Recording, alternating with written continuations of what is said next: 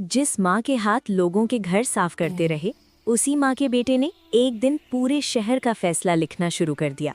राशिद एक छोटे से गांव का लड़का था। जब उसके अब्बू गुजर गए, माँ अकेली रह गई, गरीबी और मुश्किलात में। शबाना सुबह जल्दी जाती और लोगों के घर साफ करती। हाथ फट गए, पाँव सूज गए, मगर कभी शिकायत नहीं की। राशिद ये सब देखकर रोने लगा। उसने वादा किया, दिन में स्कूल, शाम को दुकान और रात को लैंप के नीचे बढ़ाई। भूख, थकान, सब कुछ सहकर भी उसने रुकना नहीं। माँ के हाथ याद आते तो रुकना नामुमकिन था। कई साल की मेहनत के बाद राशिद ने आईएएस का इम्तिहान क्लियर कर लिया।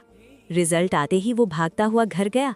राशिद ने माँ के कदम चूमकर कहा, अम्मी, आज आपकी मेहनत जीत गई। माँ के आंसू खुशी और फख्र के थे।